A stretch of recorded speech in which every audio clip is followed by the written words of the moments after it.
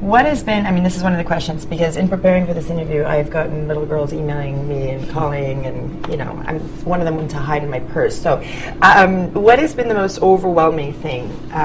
Let's start with the best thing about fame. Best thing is being able to have an amazing platform that allows you to use your voice for really important things to you. Obviously, like, my charity work's really important, my music is important to me, and my gift, and I would not be able to do any of those things if it weren't for my fans. So that is really wonderful, is to have the platform. As far as the not... Flip it around. Yeah, then the not the best part of it is you don't really get to have a normal life. I'm very normal. I don't like when people call me not normal. Okay. Because, who like, calls you not normal? Everybody, you're like, oh, you're not normal. You don't live a normal life. But I do. I definitely go through everything everybody goes through. So that, I just don't like when it's, you know, publicized everywhere. You know, whenever you go out to eat or something and it's on the news, or you adopt a dog and everybody knows their name by the next 12 hours. That was a big story. That was everywhere. Yeah, so that part frustrates me a little bit. Mm-hmm. And what do you, I mean, you know, you speak to people and they say, well, I did choose this career, and yours came steadily. You know, this isn't an overnight success. So have you learned to deal with all the pitfalls, or does it still annoy you potentially on a daily basis? A little bit, yeah. I mean, but I have worked really hard. So when it comes to my job, I know that this is what I worked for. This is what I'm going to continue to work for, because fame is fleeting, and I'm not holding on to fame at all. I'm holding on to hopefully just making great relationships and doing a really good job. So I just kind of have to ignore all the stuff and turn my cheek. So you have as much experience, work experience, as some people who've been working their whole life.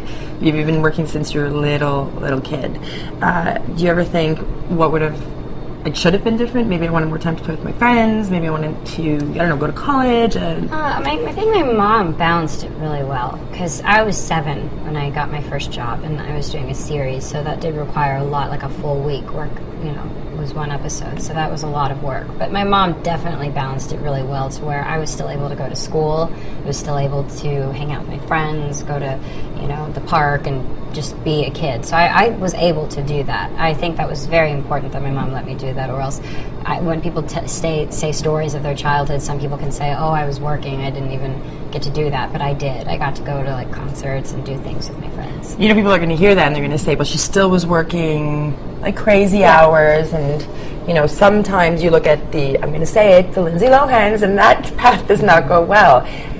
You were saying that there was a balance, and it was... Yeah, and there continues to be balance. I mean, but it's also unfortunate that people don't realize what goes on behind cameras. They're very quick to judge because they don't know what people are going through. So sometimes it is very hard for people, and that is unfortunate. But it's just, you know, you're in a whirlwind of a lot of stuff that people don't realize. You're being pulled 1,000 different ways. So I continue to try to have a good balance of a normal life and continue to do what I love.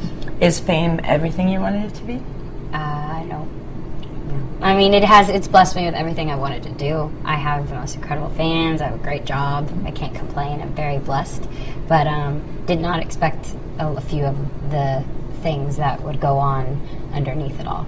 Are you referring to the microscope that is on your personal life? Sure, yes, that specifically, but also just everything else, even behind the scenes. There's a lot of different things that go on. Have you, I was watching one of your older interviews, and you said you had to learn how to take care of yourself better. How have you, I mean, this is a pretty big tour, right? So how have you... Health-wise, yeah. Yes. I'm doing okay. I did get sick, but that's because of the weather. It wasn't because I was... Are you blaming Canada? No. I love the weather. I'm from Texas, so I wish we had more of this weather, because it's very nice. I like the cold. But I did get sick a little bit. But actually, my whole crew is, like, they're big health nuts. I have a vegetarian in one. I have, like, my backup singers drink, like, green juice every day. I saw that. I saw that. So I have a really good, you know, healthy people around me, so I try. And you take the time for yourself. When is the downtime in all this?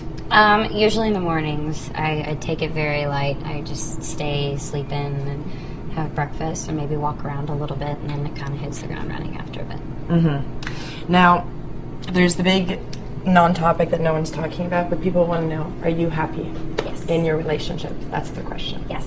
I see, I was good. I didn't answer anything. I can tell your fans that you're happy in your relationship. Okay. So thank you very much for taking the time. Do you have a message for the fans who will be watching this? Anything? Of course, yes. Thank you so much for continuing to support me, even though I don't get to come up here as much as I'd like to. And I'm very, very thankful, and I love you guys.